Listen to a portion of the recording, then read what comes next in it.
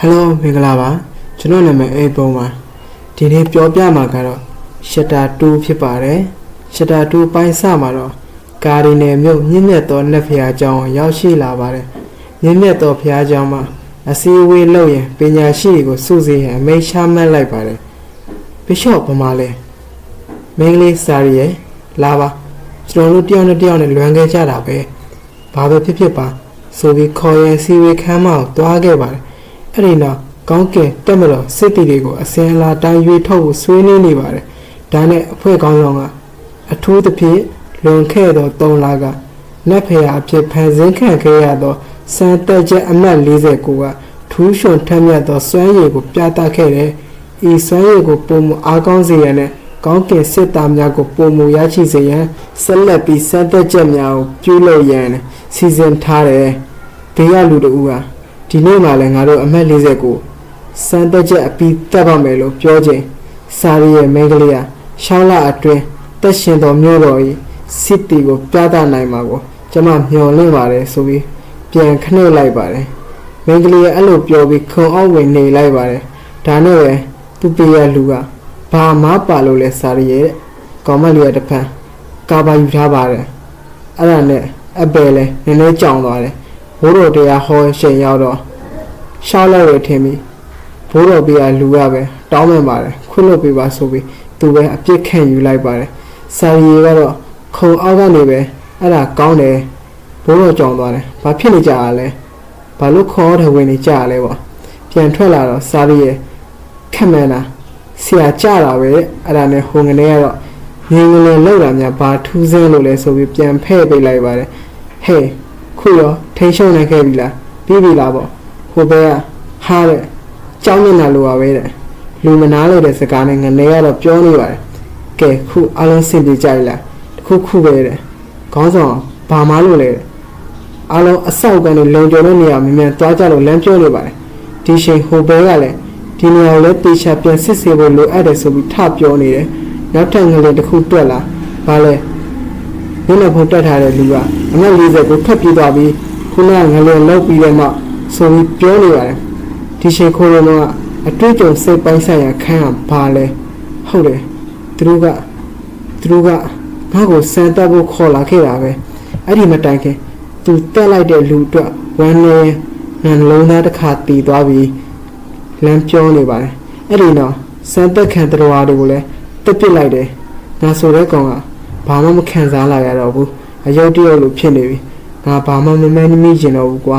ဒါပေမဲ့အဲ့အတွေ့ကိုငါမေးဖို့ခက်လိုက်တာကွာသူမလိုပဲမေးဖို့ခက်လိုက်တာဆိုပြီးခိုလိုလိုဝမ်းနေကညင်းနေပါတယ်ဘာထားဖြစ်တာလဲအဲ့ဒီယူတူတဲ့ကရိယာငါ့ကောင်းဖို့မှမရှိတော့ဘူးပြတ်သွားလားစမ်းတဲ့အချိန်တွင်တစ်ခုဖြစ်သွားတာများလားထားလိုက်ပါအဲ့လောက်အရေးမကြီးဘူး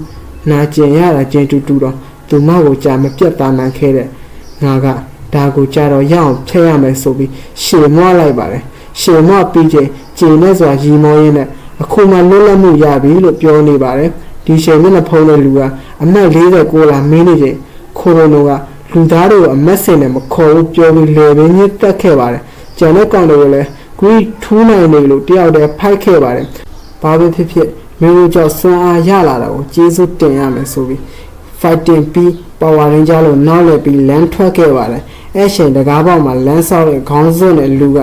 ဒီစစ်စေးကြောကိုလည်းမင်းထက်ပြီးခံယူတစ်တယ်ဆိုပြီးပြောနေရင်အရှားလူကမင်းမြန်ခေါင်းဆောင်တွေကိုအကြောင်းကြားလိုက်ဆိုပြီးပြောနေပါတယ်ရှားတစ်ဖက်မှာတော့ဟိုဘဲက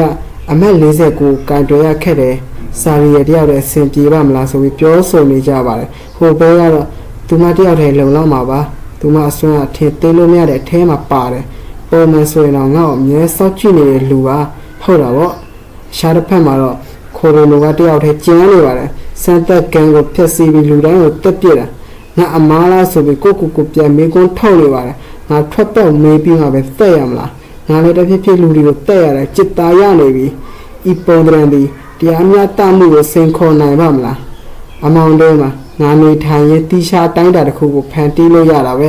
ဒါပေမဲ့ဒါကမော်ပညာအစင်းနေမှရမယ်ထင်တယ်ဒီချိန်တကားပေါက်မှာစောင့်နေတဲ့လူကစာရီရဲ့မိန်းကလေးဖြစ်နေပါတယ်ခိုရိုနိုကမင်းဘယ်သူလဲငါတမန်တော်စာရီရဲ့ပဲပြောရင်ငါခိုရိုနိုပါလို့ပြန်ပြောလိုက်ပါတယ်အဲ့တော့ခိုရိုနိုက ထွက်ပေါက်ပြောပြနိုင်မလားမေးလို့ရှိရင်မင်းကလေးကအဲ့ဒါမျိုးငါမလုပ်နိုင်ဘူးခိုရိုနိုကတော့မင်းနဲ့ငါရန်သူမှမဟုတ်တာဒါပေမဲ့ခုငါဘာလုပ်တယ်လဲငါမင်းကလေးတယောက်မတက်ရှင်ဘူးဒါပေမဲ့ငါစက်ကျင်စရာမရှိဘူးပြန်သွားခဲ့ရင်တော့ထွက်ပေါက်မဖြစ်နိုင်ဘူးဆိုပြီးတော့မင်းကလေးကိုပြောလိုက်ပါတယ်မင်းကလေးကဆိုလိုချင်တာကဆိုပြီးပြောနေချင်းခိုရိုနိုကဒါဆိုငါမျိုးတက်ပြီးဖြတ်ကျော်ဖို့ပဲရှိရတယ်ဆိုပြီးဝင်ရှားလိုက်ပါတယ်ဝင်ရှားတယ်ဆိုပြီးစွမ်းအားချင်းမကြီးများတဲ့အတွက်သူပဲခံလိုက်ရပါတယ်သူမကငါရက်တက်ပြစ်မရမယ်သူမမှာဘယ်လိုမော်အစွမ်းအားတွေများလဲများလိုက်တဲ့မော်စွမ်းအားပဲငါမရက်တက်နိုင်မနိုင်တော့ဘူးဆိုပြီးအတင်းရှာပေမဲ့သူပဲအဖိခံနေရပါတယ်သူမမှာတိုက်ခတ်ခြင်းနဲ့ခုခံခြင်းတစ်ပြိုင်နဲ့လုံးလို့မရပါဘူးကွာသူ့မှာအားနေချက်တစ်ခုခုတော့ရှိရမယ်ဆိုပြီးတော့ဟာကွာဒီရှယ်မှာငါဆွမ်းလည်းမထွက်လာသေးဘူးကွာဆိုပြီးနေရကြောက်လို့သူမစီလမ်းပြစ်လိုက်ပါတယ်ဘာလဲသူမကလက်တစ်ဖက်တည်းနဲ့ဖမ်းလိုက်တာလားရှည်မသွားတယ်စိတ်ဝင်စားဖို့ကောင်းတာပဲသူမကတကယ်ဆွမ်းအားရှင်မယ်ငါကျန်တဲ့ဆွမ်းကိုထွက်ပြေးဖို့ပဲတုံးရမယ်ဆိုပြီးနောက်ပြီးငါလွတ်မြောက်ရမယ်ပြစ်ကြုံပြေးနေပါတယ်ငါပြစ်ပုံးဖို့လိုတယ်ဘယ်နေရာမဆိုငါအဆင်ပြေတော့မှာပါဆိုပြီးတော့မင်းကလေးကတော့စိတ်တုံနဲ့ဒီယူကောင်ကတော့ဆိုပြီးလိုက်နေပါတယ်ခိုရိုနိုကတော့တကားကန်ဖွင့်ရင်ဘေးကရေတွင်းတဲ့ခုံဆင်းလိုက်ပါတယ်မင်းကလေးကတော့ရေတွင်းထဲကိုကြည့်ရင်ရေထဲရောက်သွားပြီးကန်ကောင်းပါစေဆိုပြန်လဲထွက်သွားပါတယ်အရှင်ခိုရိုနိုကတော့တစ်ဖက်မှာကန်ကောင်းစွာနဲ့ရေတွင်းနဲ့မြင့်နဲ့ဆက်ထားတော့မြစ်ထဲမျောပါလာရင်ကမ်းမှလာတင်နေပါတယ်တိမ်လို့နေပါပဲမော်အတန်းနဲ့တန်ရာကိုပြန်ကောင်းအောင်လုပ်ရမယ်မော်ပညာဆိုတာစေကူဖို့မလုံလောက်ပေမဲ့အနည်းဆုံးတော့တီးထွက်တာရက်တက်စီပါတယ်ဘာဖြစ်ဖြစ်ငါမျိုးပြင်ထွက်တာဒါပထမဆုံးပဲဒါငါတို့စိတ်ကံလားဆိုပြီးတွေးနေပါတယ်မြင်ကွင်းတွေကဂျပန်နဲ့မတူဘူးရုပ်ရှင်တစ်ခုနဲ့တူနေတယ်လို့ပဲနောက်ပြီးအဲ့ဒီမင်းကလေးငါသူမနဲ့ရန်ထက်မဖြစ်ရှင်တော့ဘူးတို့တော့မှသူတို့အဖွဲ့တစ်စိတ်လိုရှိတယ်သူတို့ငယ်ငယ်ပဲဒီတက်ခင်တွေတီးလို့မဖြစ်ဘူးငါဘာလုပ်ရမလဲရန်သူလေးနားမသွားချင်ဘူးမလာခဲ့နဲ့ဆိုပြီးတယောက်တည်းညှိတွားနေပါတယ်အဲ့ရှင်အကြီးတွေကစစ်တင်ပေါ်ဖြစ်ပြီးလင်ငယ်ကစားနေရိတ်ခါဖြစ်လောက်မယ်ဆိုပြီးဗိုက်ဆက်ဆာနဲ့တွားရောက်ခိုးကိုဆန်းခဲ့ပါတယ်နောက်ပြီးဒီနေရာမှာငါဘာမှမသိဘူးရှေ့ကျင်နဲ့ဆိုငါလွတ်မြောက်နိုင်မှာမဟုတ်ဘူးဆိုပြီးကိုပြောနေပါတယ်တင်ပေါ်ကပန်တိုရာစိတ်ကိုင်းကိုဦးတီးပြီးတွားနေပါတယ်ဟိုးတော်ရပါငါရှာဖို့မစင်စားကြဘူးဒီနိုင်ငံကနေထွက်သွားဖို့ပဲလူတော့တယ်နေဆက်ခံရခြင်းတက်ဖြတ်ခြင်းဦးတီးရမဲ့နေတဲ့လူငယ်တယောက်နောက်ပြီးငါဘာဆက်ဖြစ်လာမယ်လို့တွေးမိတယ်နောက်ထပ်9မိနစ်လောက်အိပ်ပြရစီမမေဆိုပြီးတော့ရောင်နေရင်းနဲ့တယောက်ထဲရှိနေပက်လို့အိမ်မက်ကနေတစ်ဖက်နိုးထလာပါတယ်အာရှဲလိုက်တာဒါပါလေငါအိပ်ပျော်နေတော့ငါရှိတဲ့တစ်တာကိုရွှေ့လိုက်ပုံရတယ်